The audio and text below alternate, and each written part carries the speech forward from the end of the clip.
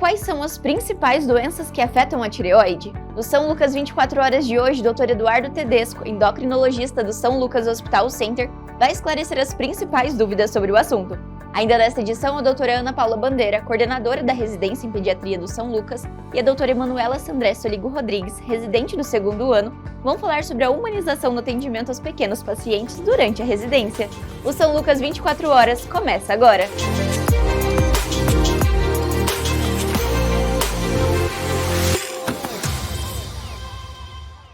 Olá, sejam bem-vindos a mais uma edição do São Lucas 24 horas e hoje nós vamos falar sobre as doenças da tireoide, que afetam uma parcela da população e, se não tratadas corretamente, podem interferir nos demais órgãos do nosso corpo. E para explicar sobre os diferentes tipos de doenças e tratamentos para cada uma delas, nós convidamos o Dr. Eduardo Tedesco, endocrinologista do São Lucas Hospital Center. Seja bem-vindo, doutor. Obrigado pelo convite, Gabriela. Vamos lá, vamos começar a tentar esclarecer as maiores dúvidas. Isso aí. Doutor, gostaria já começando então para a gente explicar para o pessoal de casa o que é a tireoide, o que faz e para que serve esse órgão do nosso corpo então. Então, a tireoide, como você colocou, é um órgão, né? Ela é uma glândula endócrina localizada no nosso pescoço. Acho que é importante falar que ela não está dentro da garganta, e sim no pescoço, né? Embaixo da nossa pele e na frente ainda da região onde a gente respira, né? Então, é bem importante, acho que já salientar isso aí, porque muitas pessoas acham que ela produz saliva, alguma coisa nesse sentido. E a função da tireoide é produzir os hormônios tireoidianos. Qual que é a ação desses hormônios? Eles são muito responsáveis pelo metabolismo do nosso corpo, dos diversos sistemas e órgãos do nosso corpo. Então ele vai agir lá no cérebro, no coração, nas artérias, metabolismo em geral. Então é por isso que ela tem essa importância, como se fosse a nossa bateria do nosso organismo. Olha só, então ela está ligada sempre aos demais órgãos e aí, no caso, quando ela para de funcionar ou ela funciona em excesso, isso acaba alterando todo o funcionamento do restante do corpo. E que a gente vai entrar justamente agora, doutor. Eu gostaria que o doutor explicasse e falasse pra gente quais são as doenças, então, que mais afetam a tireoide hoje, que o doutor recebe no consultório. Então a tireoide, né, ela é um órgão e assim como os demais órgãos, ela pode ter diversos tipos de doenças, né? O mais comum que a gente escuta falar é o hipotireoidismo. O hipotireoidismo é quando a nossa glândula tem uma falha na produção dos hormônios tireoidianos e ela tem diversas causas que levam ao hipotireoidismo. Tá? Uma segunda situação aí seria o hipertireoidismo, seria a situação onde a nossa glândula produz muito hormônio. Também, assim como o hipertireoidismo tem diversas causas que podem levar a essa produção exacerbada dos hormônios tireoidianos. Outras doenças são nódulos de tireoide, que são muito comuns na nossa população, câncer de tireoide, as tireoidites, que são as inflamações da tireoide, né? São doenças que podem cursar aí com situações autoimunes, como infecciosas e inflamatórias mesmo. Então são diversas as patologias que podem estar presentes. E o doutor comentou agora sobre essa questão das causas, então, do hipo e do hipertireoidismo. Doutor, poderia dar brevemente para a gente alguns exemplos do que causaria, então, essas alterações? Posso, sim. Em relação ao hipotireoidismo, a doença mais comum no nosso país, né, que é iodosuficiente, seria a tireoidite crônica de Hashimoto. É uma doença autoimune, tá, muito prevalente aí na população, ligada aí à família, a linhagem também familiar, né, passa de pai para filho. Essa seria a maior causa, mas situações nutricionais como deficiência de iodo, situações de tireoidite, inflamações, isso tudo pode corroborar aí para a gente ter uma lesão aí de tireoide ou uma falha dessa produção hormonal. Já no hipertireoidismo, o que acontece muito disparadamente é a doença autoimune da tireoide também, o que a gente chama de doença de Graves, mas logo atrás vem situações de nódulos produtores hormonais, que são tumores benignos que resolvem, então, produzir mais hormônio além do que a tireoide produziria normalmente. Olha só. E no caso, elas geram sintomas, doutor? Como é o diagnóstico? Então, esse paciente, ele começa a perceber alguns sintomas? No caso, falando agora dessa questão do hipotireoidismo, e acho que é importante a gente chegar também no câncer para a gente entender, porque já também é uma doença muito importante, que a gente tem que ter esse diagnóstico, para o pessoal de casa entender e prestar atenção ao corpo e aos sinais. Certo. Os sinais, sintomas aí do hipotireoidismo e do hipertireoidismo, né, é aquela situação como eu comentei antes, da bateria fraca, né? Então, no hipotireoidismo, o paciente não produz os hormônios tireoidianos que são responsáveis pelo nosso metabolismo e vai levar aí diversos sinais e sintomas, como fraqueza, cansaço, indisposição, queda de cabelo, uma pele mais ressecada, pode levar aí ao edema, ao inchaço, né? Principalmente ao redor dos olhos, lábios, língua, que a gente chama isso de mixedema. Na questão cardíaca, pode diminuir a frequência cardíaca, fazer hipertensão arterial, alterar o metabolismo dos lipídios, levando aos colesteróis aumentados. Nas mulheres, podem alterar aí o fluxo menstrual, levando às vezes à parada da menstruação. Em crianças, às vezes, leva à insuficiência aí do crescimento das crianças. Então, depende da faixa etária e o que mais está chamando a atenção, né? Então, como vocês viram, são sintomas bem inespecíficos. Na grande maioria das vezes, né? E alguns bem específicos quando são mais graves. Já no hipertireoidismo, o que a gente encontra muito é aquela situação da bateria muito elétrica, né? Muito carregada. Então, a gente vai ver um paciente ali com hipertensão, um paciente com aumento de frequência cardíaca, ele pode às vezes relatar palpitação, tremores de extremidades, porque está metabolismo muito aumentado. Na face do paciente, você pode encontrar um paciente com retração palpebral, aquele olhar assustado, às vezes fazer a proptose do olho, né, aquele olho que, né, se projeta, então a gente chama isso de exoftalmia. São os sintomas assim, mais clássicos, né, do hipertireoidismo. E o diagnóstico, ele acontece aí essencialmente pelos sintomas, né, sinais e sintomas, e pela dosagem hormonal desse paciente. Então, no hipotireoidismo, a gente vai ver que um TSH vai subir bastante e os hormônios tireoidianos vai cair, vai diminuir o valor deles. Já no hipertireoidismo, ao contrário, a gente vê um aumento dos hormônios tireoidianos T3 e T4 e um TSH bastante baixo, né? Então é importante o exame complementar, além do exame clínico ali, do diagnóstico do consultório, é importante esses exames complementares para então identificar de fato qual dos casos esse paciente está tendo. Eu achei muito interessante que o doutor comentou sobre a questão de criança, mulher, homens. Qual é a prevalência e a faixa etária em que acontece mais as doenças na tireoide, doutor? Ou pode acontecer em qualquer fase da vida? Ela pode acontecer em qualquer fase da vida, mas especialmente o hipotireoidismo decorrente aí do Hashimoto, a gente tende a aumentar essa prevalência com o envelhecer. Então, em adultos, você tem aí uma faixa mais ou menos entre 7% com hipotireoidismo, enquanto você tem pacientes acima de 60, 65 anos beirando os 20% de prevalência. Então, conforme vai envelhecendo, acontece mais essa falha. O hipertireoidismo também pode acontecer em criança, mas a gente vê muito mais frequente em adultos, né, na faixa aí dos 20, 30 anos. E a questão do homem e mulher também tem diferença, né, doutor? Ela é mais frequente das mulheres, o doutor havia comentado anteriormente isso? Perfeito. As doenças autoimunes, de forma geral, é mais prevalente nas mulheres, né? E na tireoide não é diferente. A gente vê muito mais mulheres com tireoidite crônica de Hashimoto e o hipotireoidismo do que homens e assim no hipertireoidismo. Não que não aconteça em homens, mas é muito mais frequente em mulheres. Certo, e aí no caso dos sintomas são os mesmos em ambos os casos, tanto na mulher quanto no homem, esses sintomas de fraqueza e cansaço acontecem nos dois, isso? Os sintomas gerais, assim, são semelhantes nos dois casos, né? E existem sintomas específicos, doutor, que liguem mais aquele sinalzinho de alerta para o pessoal, ou é algo que vai acontecendo gradativamente com a No decorrer? hipotireoidismo, ele é muito inespecífico, né? Você só vai perceber, assim, sintomas mais grosseiros quando ele já está numa fase mais avançada. Mas, de forma geral, os sintomas de hipotireoidismo são a fraqueza, a indisposição, o cansaço, um cabelo mais quebradiço, uma unha mais fraca, uma pele mais ressecada, mas, né, isso pode acontecer com diferentes doenças, né? Então, ele é inespecífico. Já na doença de Graves, né, falando na doença de Graves, ele tem sinais específicos, né? Então, a exoftalmia do paciente, o bócio difuso, então aquele aumento não só unilateral ou parecendo nódulos, né, e sim difuso da tireoide, O mixedema pré-tibial, que é um achado raro, mas bem bonito de se ver na prática, né? Isso é bem clássico e específico da doença de Graves, né? Diferente dos outros hipertireoidismos. A questão da alteração do peso também, algumas vezes se fala sobre isso, sobre o aumento do peso, no caso do hipotireoidismo, é isso? Isso. Do hiper ou hipotireoidismo, existe uma confusão nesse caso também. Ela acontece por conta desse aumento, doutor, da produção da tireoide? Como que é essa questão? Porque muitas vezes é relacionado a falar que ganhou peso por conta da tireoide. Explica pra gente sobre isso. Como é que funciona? Muitas vezes a gente escuta popularmente falar que a obesidade foi causada pelo hipotireoidismo. Não, isso não chega a ser uma verdade, tá? O hipotireoidismo, sim, ele pode causar ganho de peso, mas dificilmente ele vai levar à obesidade.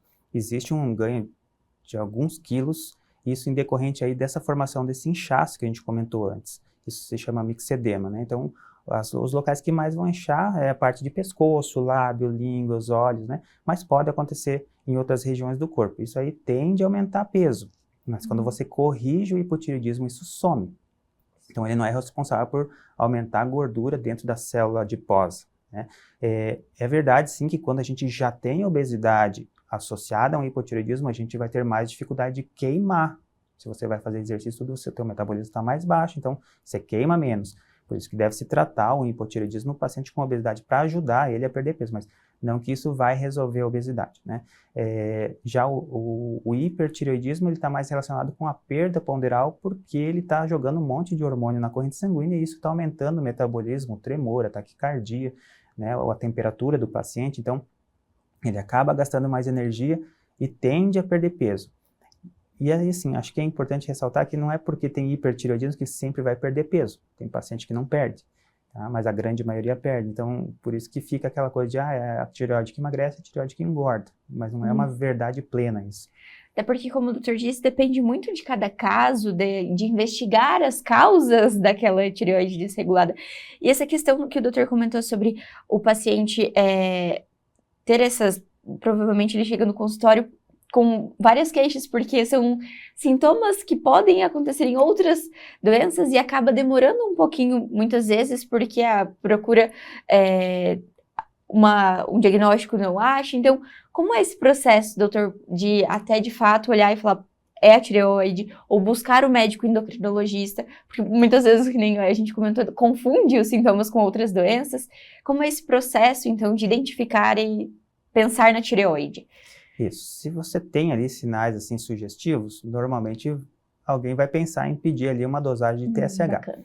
O que muito chega para mim no consultório é pacientes que vêm de outros colegas, ou do cardiologista, ou do reumatologista, ou do clínico, em que o paciente chegou com alguma queixa vaga, ou com uma hipertensão, uma alteração cardíaca, e nesse screening já de outra área foi solicitado o TSH e se mostrou alterado. Muitas vezes do ginecologista, a mulher às vezes vai lá no ginecologista, é uma gestante, e aí já no primeiro trimestre ele já pede um TSH para avaliar como é que está a função tireoidiana, para saber do metabolismo, e aí nesses casos já chega.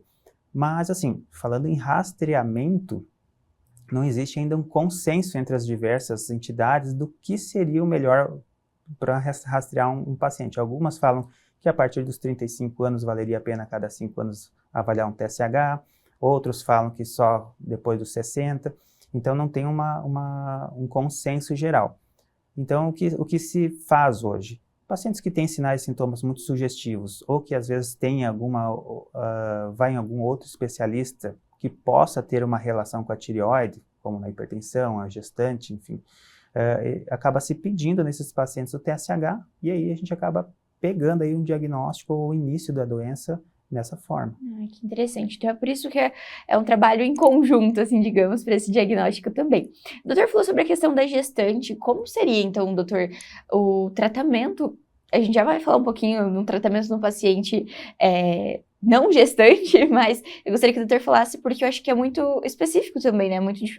A gente pensa ali que no cuidado que tem todo ao longo da gestação, e no caso da tireoide também acredito que tenha que ser um ponto de atenção para a saúde dessa mulher, certo? Certo. Então assim, a gestante,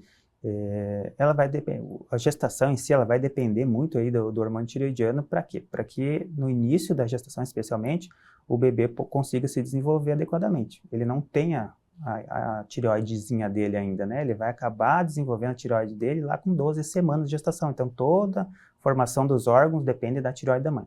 E essa tireoide da mãe tem que estar boa, porque ela vai precisar cuidar da mãe e do bebê. São duas pessoas para uma tireoide só. Então, nessa fase aí, é bom a gente avaliar e, se houver necessidade, começar a tratar essa paciente para que não falte esse hormônio para o desenvolvimento do bebê. Certo. Então, algumas diretrizes recomendam ali doses e medidas e alvos aí dos hormônios específicos para a gestação. E caso essa mulher já tenha um diagnóstico, ela precisa fazer esse acompanhamento redobrado ao longo da gestação?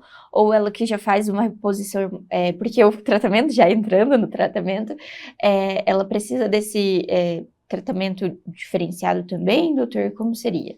Isso, se você já tem uma situação de hipotireoidismo, vamos colocar ele que é o mais comum, de cara já precisa se aumentar uma porcentagem aí da dosagem que a paciente usa. Isso é natural e na fisiologia isso a gente vê também, que o organismo ele muda um pouquinho a fisiologia da tireoide. Então ela já precisa um certo aumento de dose. Mas lógico que tudo é baseado aí nos exames da paciente e na questão clínica, né? Mas sim, já existe essa alteraçãozinha. E aí, justamente agora falando sobre os tratamentos, que eu acabei adiantando um pouquinho a conversa, mas quais seriam, então, as opções de tratamento para as doenças da tireoide? Tanto, então, do hipotireoidismo, do hipertireoidismo, e falando já posteriormente ali, no caso de um diagnóstico de um câncer, doutor. Tá. Então, assim, tem vários tratamentos. No hipotireoidismo, que é o mais comum de todos, o hipotireoidismo é a falha da produção hormonal da tireoide. Então, se a tireoide não tem mais a produção hormonal adequada, a gente tem que repor esse hormônio. Então, o tratamento é único exclusivamente aí a reposição hormonal, é medicamentosa, e a gente vai acompanhando aí os níveis desses hormônios ao longo do cuidado do paciente. No hipertireoidismo, tem diversas causas. Então, se for a causa autoimune, a doença de Graves, a gente pode optar por tratamento medicamentoso, né, com drogas que bloqueiam a ação da tireoide, mas dependendo da gravidade, tamanho de tireoide, como é que evolui essa situação, a gente tem outras opções. Então, pacientes às vezes muito graves, com tireoides muito grandes, que o tratamento clínico não está indo adequadamente, a gente pode optar por um tratamento cirúrgico, a retirada da tireoide para acabar com essa produção exacerbada de hormônio tireoidiano. Outras situações também que são convenientes em determinados pacientes também pode ser o uso do radioterapia. Então, você pode fazer aí a indicação do radioterapia, o paciente toma o iodo e ela vai destruir esse tecido tireoidiano, tendendo a levar o paciente para o hipotireoidismo, que é uma doença mais benigna, né? Então, seria uma das formas. Doutor, no caso da retirada da tireoide, esse paciente, posteriormente, ele precisa fazer daí a reposição? Porque como que fica? Porque daí ele estava produzindo muito, depois é retirado. O que acontece com esse paciente? Perfeito, essa pergunta foi bem pertinente. Então, lógico, sim, a gente tirou a tireoide, não tem mais tireoide, a gente não vive sem a tireoide, a gente vai ter que repor o hormônio tireoidiano, como se fosse um hipotireoidismo mesmo, no resto da vida, né? Então, a gente já explica para o paciente, ó, na situação de retirar a tireoide ou do iodo radioativo, que aconteça a destruição da tireoide, a gente vai inverter a situação, a gente vai tirar o hipertireoidismo e começar com o hipotireoidismo. Mas é muito melhor, muito menos agressivo ter o hipotireoidismo, né? Mais seguro a gente tratar. E só terminando ali, acho que falando dos tratamentos, tem os nódulos também, né? Nódulos, grande maioria dos nódulos são benignos, não necessitam de cirurgia, muito deles precisam só de acompanhamento sonográfico, mas existem nódulos que são suspeitos, que a gente faz a biópsia, e pode ser suspeitos, ou até fazer o diagnóstico na biópsia de tumores de tireoide, né? Neoplásicos, mesmo câncer, e aí é necessário retirar a tireoide, o tratamento é cirúrgico. Aí o câncer de tireoide, já entrando neles, né, a gente tem graduações do câncer de tireoide, e aí a cirurgia ela pode ser desde tirar só a metade da tireoide, como tirar a tireoide inteira, dependendo do grau desse tumor, a gente também precisa da radioterapia, só que daí em doses muito mais elevadas do que para o hipertireoidismo, né, é aquelas situações que os pacientes normalmente já chegam e ficam com medo, eu vou ter que ficar isolado. Sim, no câncer de tireoide, dependendo o valor que for de iodoradioterapia, ele vai ter que ficar isolado aí 48 horas até diminuir o nível de radiação dele para ele entrar em contato com a sociedade de novo, né? Então, mas é bem diferente do hipertíroido, que não precisa esse isolamento dessa forma, né? Então, são esses principais tratamentos. Essa questão da retirada, doutor, então esse paciente ele precisa fazer reposição, como o doutor disse, para o resto da vida, e no caso do hipotireoidismo também a reposição ela não volta a produzir, ele não tem como a gente suprir e a tireoide volta a funcionar. Acho que essa é uma dúvida que também acontece, né, de botar ela para trabalhar, mas ela não volta. Volta ou não volta, doutor? Entendi. A resposta é depende. Depende de qual foi a causa do hipotireoidismo. Então, se o hipotireoidismo foi por causa da retirada da tireoide, não tem jeito, a gente vai ter que tratar a vida inteira. Se foi a tireoidite crônica de Hashimoto e ela destruiu de forma autoimune a tireoide, também não tem jeito dela voltar. Ela virou uma cicatriz, a gente vai ter que tratar a vida inteira. Mas tem condições que a gente pode, às vezes, voltar. Tá? Então, por exemplo, o paciente teve um agravo da tireoide por uma infecção viral. Ele fez um determinado período de hipotireoidismo, chegou a ficar sintomático, chegou a sofrer por isso, você tratou ele por um determinado período e a glândula se recuperou dessa inflamação. Às vezes você consegue retirar. Né? Um paciente que às vezes ele fez um tratamento com radiação, ou fez uma radiografia ou uma tomografia, e essa irradiação da tireoide fez uma lesão tireoidiana temporária. Isso você às vezes pode tratar e depois, às vezes, conseguir retirar a medicação. Então depende a condição que te levou ao hipotireoidismo. Que bacana.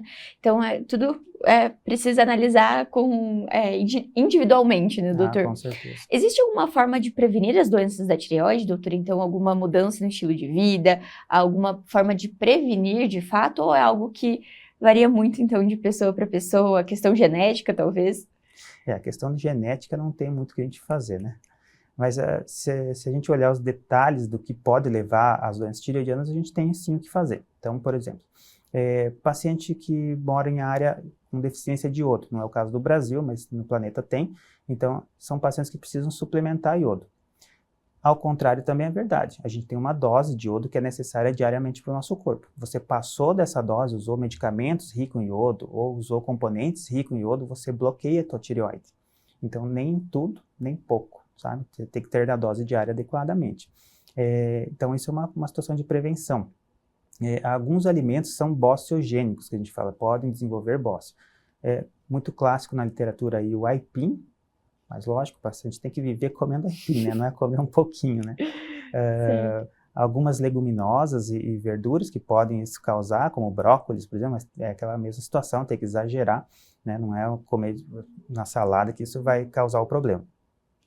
Situações aí de vacinação é importante, né? Então, coronavírus foi uma causa bem importante aí de fazer tireoidites, né? Na época da pandemia. Então, a vacinação é interessante contra vírus respiratório, gripes e tudo, né? É interessante a gente ter sempre imunizado para que isso também não aconteça uma reação cruzada com a nossa tireoide. Então, nessas situações, a gente tem o que fazer para proteger a nossa tireoide. Olha só que bacana, então até a questão da vacinação também interfere, olha, essa é uma informação muito relevante para a gente reforçar e destacar, com certeza. E doutor, eu gostaria de agradecer a presença, acho que tem muito a ser dito e muito a ser conversado sobre a tireoide, porque, como o doutor disse, tem muitas doenças e patologias, mas hoje a gente conseguiu esclarecer de forma muito ampla sobre essa doença, e já fica novamente o convite para o doutor voltar ao programa para a gente conversar um pouco mais sobre saúde, mas eu gostaria de agradecer a sua presença no São Lucas 24 Horas. Obrigado, Gabriele. Obrigado também a todos que só assistiram aí e acompanharam a gente. Então, só antes da gente encerrar, eu gostaria que o doutor dissesse, então, uma mensagem para quem está nos assistindo de quando buscar o médico, e também o doutor atende no São Lucas Hospital Center, para caso esse paciente precise também. Ok.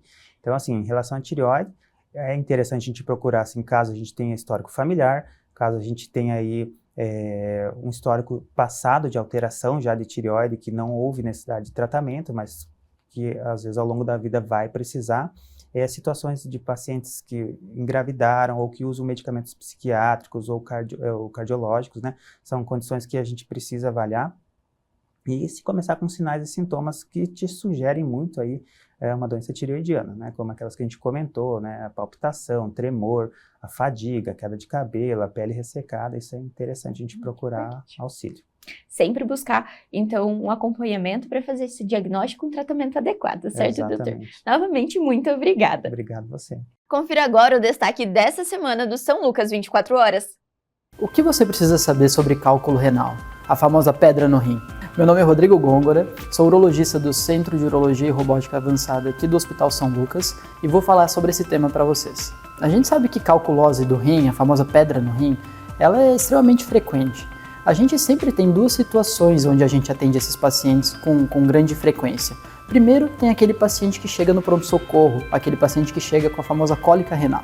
A cólica renal, eu falo para os pacientes que quando você tem, você sabe que é uma cólica renal, porque é uma dor bastante importante, o paciente geralmente não tolera ficar em casa e quando ele chega no pronto-socorro aqui mesmo do Hospital São Lucas, ele já tem todo o manejo inicial e diagnóstico para a gente poder diagnosticar, entender e fazer o tratamento adequado desse paciente.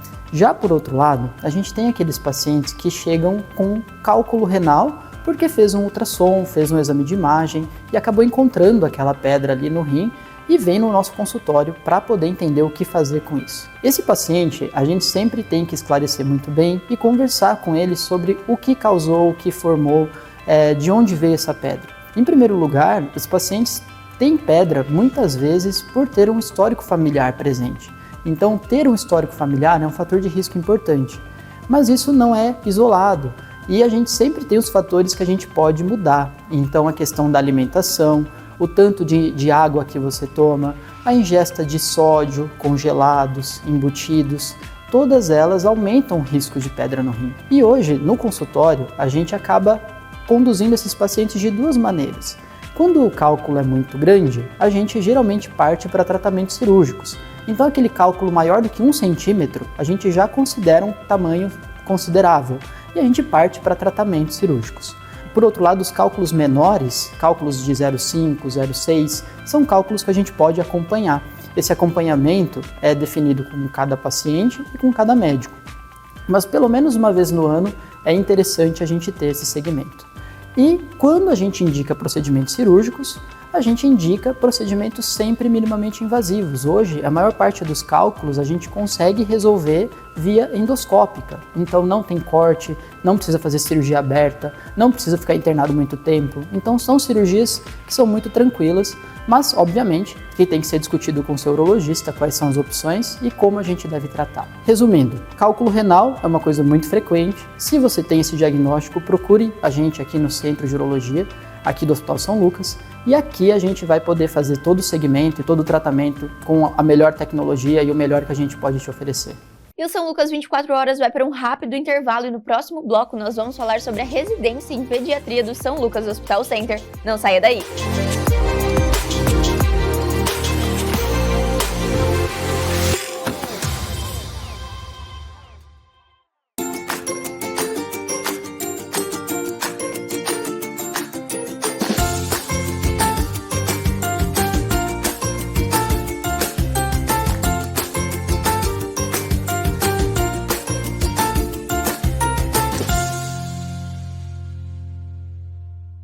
São Lucas Hospital Center, ortopedia, pediatria, obstetrícia e ginecologia, atendimento 24 horas.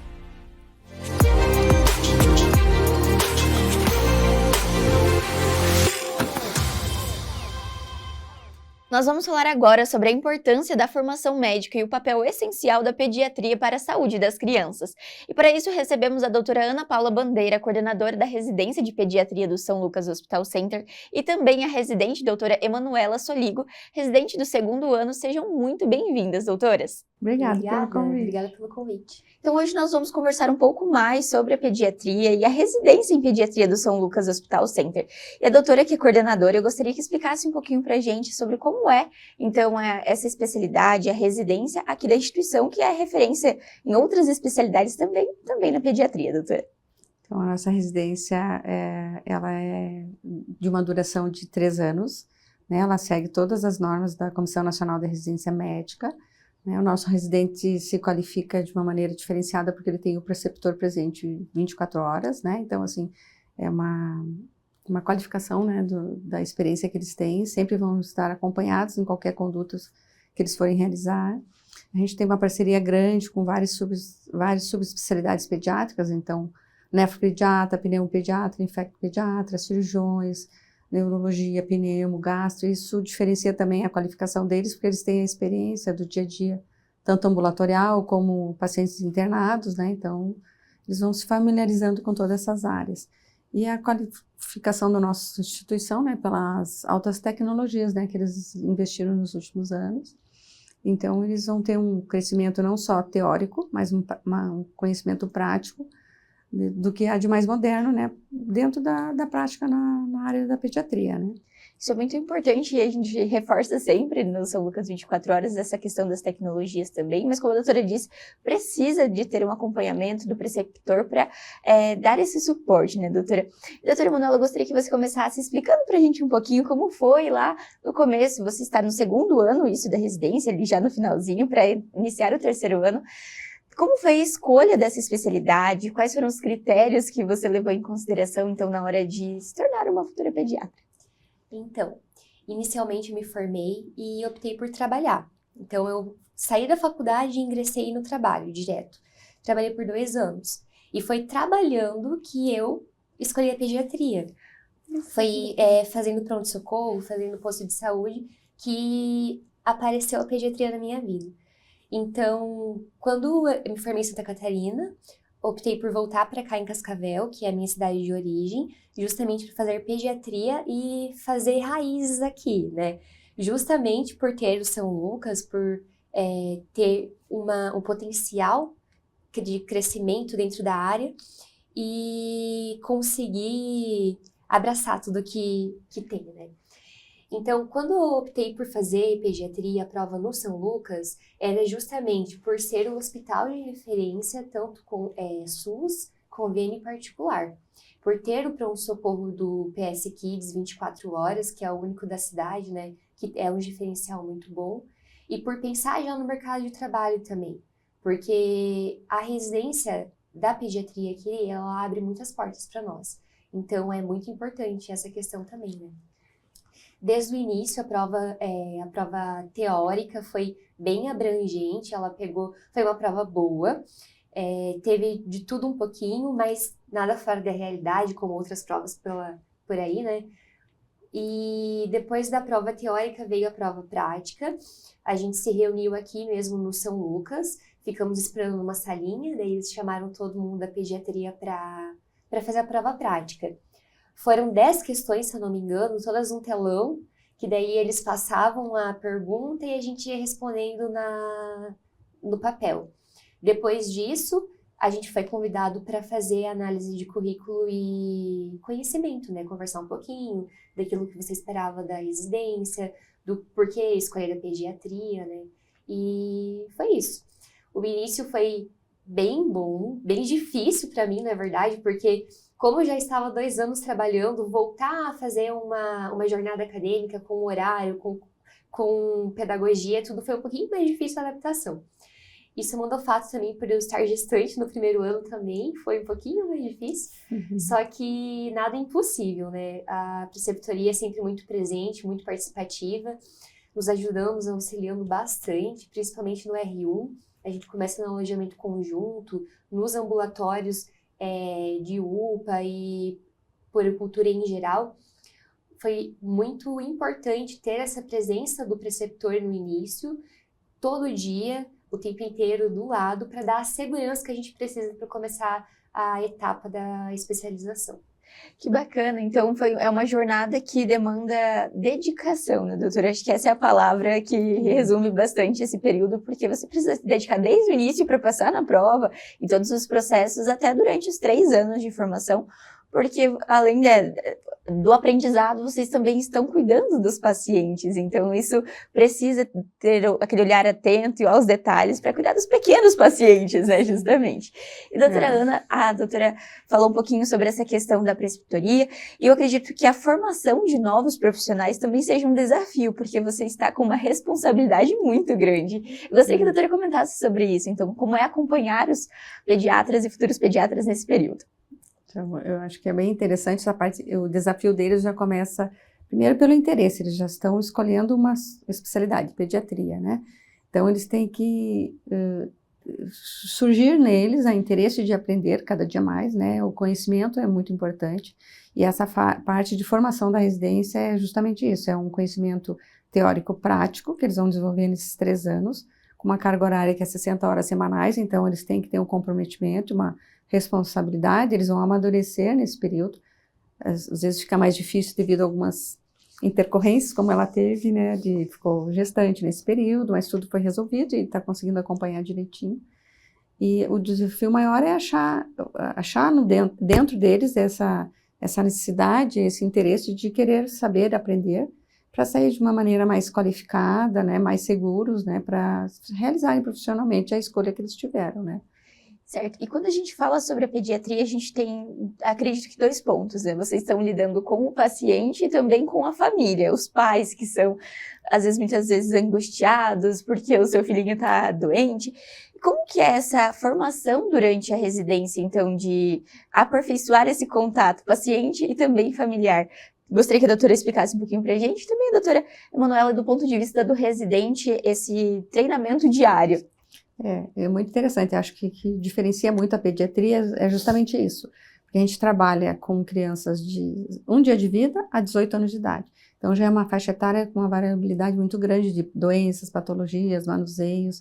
A gente tem que entender um bebê que não fala, não expressa seus sentimentos, suas dores, com um adolescente que às vezes é poliqueixoso, né? Então varia muito, e isso é um desafio bem importante para eles, e essa comunicação, né, além disso, a gente tem não só o paciente, a gente tem o paciente e o acompanhante, é diferente de atender um adulto. Então, eles têm que aprender no decorrer desses 3 anos como lidar com a família, que é o acompanhante. Ou vem o pai, a avó, a tia, às vezes vem a família inteira conforme né, a gravidade ou conforme os costumes da família. E a gente tem que saber lidar não só com o doente, mas com todo a família e o suporte deles, né? Isso a gente vai aprendendo no dia a dia mesmo, né? Na prática. E também saber lidar dependendo de onde que ele está internado, né, doutora? Porque na pediatria tem um bebê recém-nascido, que ele pode estar no alojamento conjunto e ter a família junto. Tem o bebê da UTI NEL, crianças da UTI pediátrica e crianças da enfermaria. Então, são ambientes distintos que precisam ter acolhimentos diferentes com os familiares, né? E hoje em dia, quanto mais informação tem, quanto mais acessibilidade tem, maior são as dúvidas, as aflições e as angústias dos pais, porque eles têm um diagnóstico, já corre pesquisar, né, ver o que está acontecendo, e às vezes a informação ela é pela metade, não é totalmente coerente com o que está acontecendo, então cabe nós desenvolvermos uma relação boa com a família, conseguir fazer com que eles acreditem em nós, no nosso trabalho, que eles tenham segurança na gente, para que eles confiem mesmo. E saibam que está sendo manejado da melhor forma possível. E tranquilizar nessas famílias, porque ainda falta melhorar um pouquinho, a população às vezes fica preocupada, a gente vai no hospital que tem residente, você atende o residente. Mas é pelo contrário, né? O residente todo mundo vai estar envolvido mais em aprendizado, em dar mais qualidade, mais segurança, né, tanto para o paciente, né, e às vezes isso ainda tem que ser desmistificado para a população geral. Esse é um trabalho que a gente está constantemente tentando fazer, e justamente a importância de ter vocês presentes aqui no São Lucas 24 horas é justamente por esse ponto, porque existe esse certo preconceito sobre o residente, mas o residente é um médico formado, eu sempre gosto de destacar isso, e que tem ainda mais o auxílio e o suporte, então seriam 2 médicos cuidando desse paciente, olhando para esse paciente, então é um tratamento ainda mais cuidadoso, né, doutores? Acho que isso é importante a gente ressaltar. E vai lembrar que residência é optativo, né? Você poderia se formar médico geral, poderia atender todos, criança, adulto, e é uma opção de qualificação melhor, né? Então, não é um mau atendimento, pelo contrário, você está tendo um plus no atendimento, né? Precisa desse cuidado também. São 2 cabeças pensantes, pensam melhor que uma, né? Com certeza. E, doutora, você tocou num assunto muito importante também sobre esse contato com diferentes pacientes, então, da UTI pediátrica, e a doutora também ressaltou essa questão do residente ter contato com essas demais áreas, que são subespecialidades dentro da pediatria. A doutora, poderia explicar um pouco pra gente quais, de forma mais geral, quais seriam as possibilidades pós-residência, porque daí seria uma nova residência, é isso? Então, eles têm essa escolha de fazer pediatria, que é uma duração de 3 anos, né? A partir de 2025, agora a gente vai disponibilizar 3 vagas, antigamente eram só 2. E depois de fazer pediatria, eles têm a opção de fazer uma subespecialidade. Eles podem fazer nefropediatria, cardiopediatria, pneumopediatria, cirurgia pediátrica, várias opções. Então, é subdividido, né? E daí eles vão se especializar mais ainda só nessa área. Que bacana. E aí dentro da residência ele já tem esse contato para ir conhecendo um pouco mais e decidindo qual caminho seguir ou não, isso. Durante essa formação eles vão ter esse contato, esse aprendizado e vão ver qual a afinidade, ou o que eles se realizam mais, o que eles gostariam de fazer para o resto de suas vidas, né, diariamente, de uma maneira mais prazerosa e mais confiante, né, mais produtiva mesmo. Muito importante. Doutora, a doutora Ana também comentou sobre a questão das tecnologias, que é muito presente no São Lucas Hospital Center e que para vocês como residentes, então, tem esse contato também com diferentes tratamentos. E eu gostaria que você me falasse um pouquinho sobre como é na prática, então, ter esse contato com desde aparelhos, quanto também com protocolos e toda essa comunicação do São Lucas mesmo. Exatamente. Uma coisa que a gente estava conversando em relação à parte de imagem mesmo, né? Que dentro do hospital a gente consegue contemplar tudo que a gente precisa, na verdade. Desde um simples raio-x até uma ressonância magnética, tudo dentro da instituição. Então, para nós, da pediatria, isso é muito importante, porque não precisa de transporte, de levar a criança, sair e ir até algum lugar que tenha, né? Então, isso é muito bom para nós, facilita muito o diagnóstico, auxilia, né, na conclusão diagnóstica, e somando ao fato de estar constantemente evoluindo naquilo que é o atual. Por exemplo, tivemos vários casos que aconteceu de doenças graves por streptococo nos últimos dias. O HKids já está com o strep test, né, que é um exame que é feito de coleta de swab oral para a gente já ver, já fazer detectar se por acaso é positivo ou não. Isso foi questões de dias, né? Começou, foi levantado, visto que estava tendo um número maior, já foi aplicado, feito um protocolo, institucionalizado o protocolo e iniciado, né? Então é tudo muito rápido. Como o painel viral também, que a gente usa bastante na enfermaria, para conseguir dar nome à doença, não ficar tão genérico, né? Conseguir conversar melhor com os pais, explicar qual que é o tipo de vírus, a perspectiva de tratamento, de evolução clínica. Então, tudo isso é muito, muito bom e importante para nós. Bom, tanto para o paciente que recebe esse tratamento ainda mais especializado, quanto também para os acadêmicos, pelos residentes que têm todo esse contato, para quando formados têm essa possibilidade, já sabe como lidar com cada caso. Outra questão também que o Dr. Fabiano trouxe para a gente na outra entrevista foi a questão da comunicação entre a instituição e também entre os residentes. Então, eu queria saber, do ponto de vista da doutora Emanuela, essa questão de ter esse contato com as demais áreas e multidisciplinaridade dentro da instituição e com os residentes e outros profissionais também. Isso é muito bom, né? Porque facilita muito a nossa vida. Por exemplo, usando o exemplo do Dr. Fabiano da rádio. Dentro da UTI NEL, da UTI pediátrica, a gente precisa muito ter esse comanejo, né? Fazer exames, já precisar do termo parcial mesmo, o que é que está acontecendo. E com a residência médica, com os residentes, cada um na sua especialidade, facilita a comunicação. E também facilita a comunicação com o chefe, né? Porque faz uma ponte entre preceptoria, residência e a equipe que está pedindo. Então, isso melhora muito o atendimento para o paciente, facilita o desenvolvimento, né? E de uma certa rapidez também, porque a gente não precisa ficar esperando ter laudo oficial, ou, né, a gente consegue resolver mais rápido. Isso também, até para a questão profissional futura, também esse contato de criar conexões já ao longo da residência, para futuramente vocês já terem esse contato pós-residência também. Acho que é muito importante, né, doutora? E falando sobre essa questão, doutora, de acompanhar esses residentes, e a doutora falou sobre essa importância de formar novos profissionais também. Eu gostaria de saber da doutora como foi já então acompanhar profissionais formados e que muitas vezes voltam para trabalhar com vocês e ser colegas de trabalho. Então, como é depois na prática ter esse acompanhamento tanto de coordenadora da residência como também colega de trabalho? É muito interessante, a gente está até comentando ali eu faço UTI aqui no hospital, né? Então, ali na UTI, nossas duas últimas residentes optaram, uma para a UTI NEL e outra UTI PED, fazer a subespecialidade. Então, elas vão voltar para a equipe, já tem um lugarzinho garantido, né? A gente já fica manuseando a parte da escala. Então é importante, assim, a gente sabe que a gente contribuiu para a formação, eles estão indo buscar mais algum conhecimento, alguma diferenciação, né, no manuseio aí do paciente futuro. E a gente tem o maior prazer em trazer eles de volta para a equipe. Eu acho que a gente já conhece, já vai conhecendo eles no decorrer desse período, né?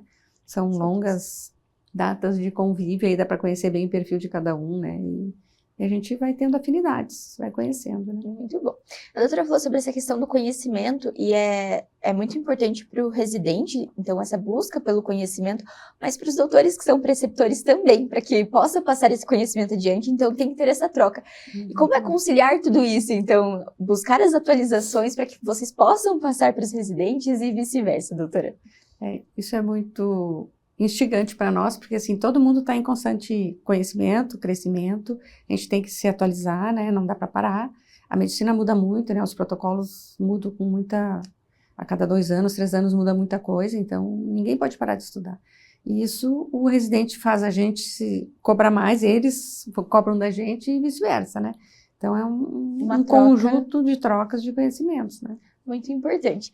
E essa questão da especialização, doutora, você já consegue ir tendo conhecimento ali durante a residência, se você deseja fazer uma nova especialização, ou é algo que ainda a doutora vai esperar um pouquinho e analisar como que é? Isso é mais pessoal mesmo. Então, a gente consegue já ter uma boa noção, porque como a doutora Ana tinha comentado, a gente passa por todas as áreas, né? Desde as especialidades, cardio, nefro, pneumo, como a UTI, né, UTIP de enfermaria e alojamento conjunto, que é a assistência ao trabalho, ao recém-nascido pós-parto, né. O bom da pediatria é isso, porque ela dá um leque muito grande para nós, então a gente consegue fazer tanto hospital, intra-hospitalar, como ambulatorial, e por enquanto ainda eu tenho algumas dúvidas, não sei ainda qual vai ser o caminho. Gosto muito da parte de enfermaria intra-hospitalar, mas também acho legal a parte de consultório, né? De poder acompanhar a criança, porque aquilo que a doutora também tinha comentado. O legal da pediatria é isso, você pegar o bebezinho na sala de parto e acompanhar até os 18 anos. Você vê o desenvolvimento dele ao longo dos anos e você conseguir auxiliar para que não tenha doença, né? Que não é só a gente atuar na parte da doença, mas sim no manejo da criança saudável, dela não ficar doente. De dar um ser humano bem para a sociedade, né? Bom para a sociedade. Perfeito, essa questão é muito importante, doutora, destacar justamente porque reforça a importância do acompanhamento dessa criança logo, desde o comecinho a gente falou algumas vezes sobre esse papel do pediatra, então o pediatra não é só para cuidar da doença, mas também para prevenir essa doença, e isso é muito importante que as pessoas entendam também em casa, que quando o médico pede para acompanhar ao longo dos meses, é importante para que possa cuidar da saúde dessa criança da melhor forma possível, isso mesmo, né, doutora? Uhum, exatamente. E doutora, falando sobre a questão também ainda da residência, qual conselho a doutora daria, então, para os futuros médicos que estão se formando e que desejam prestar a prova para residência no São Lucas, e esse conselho de tanto profissional quanto para que eles saibam, então, qual a melhor caminho a seguir?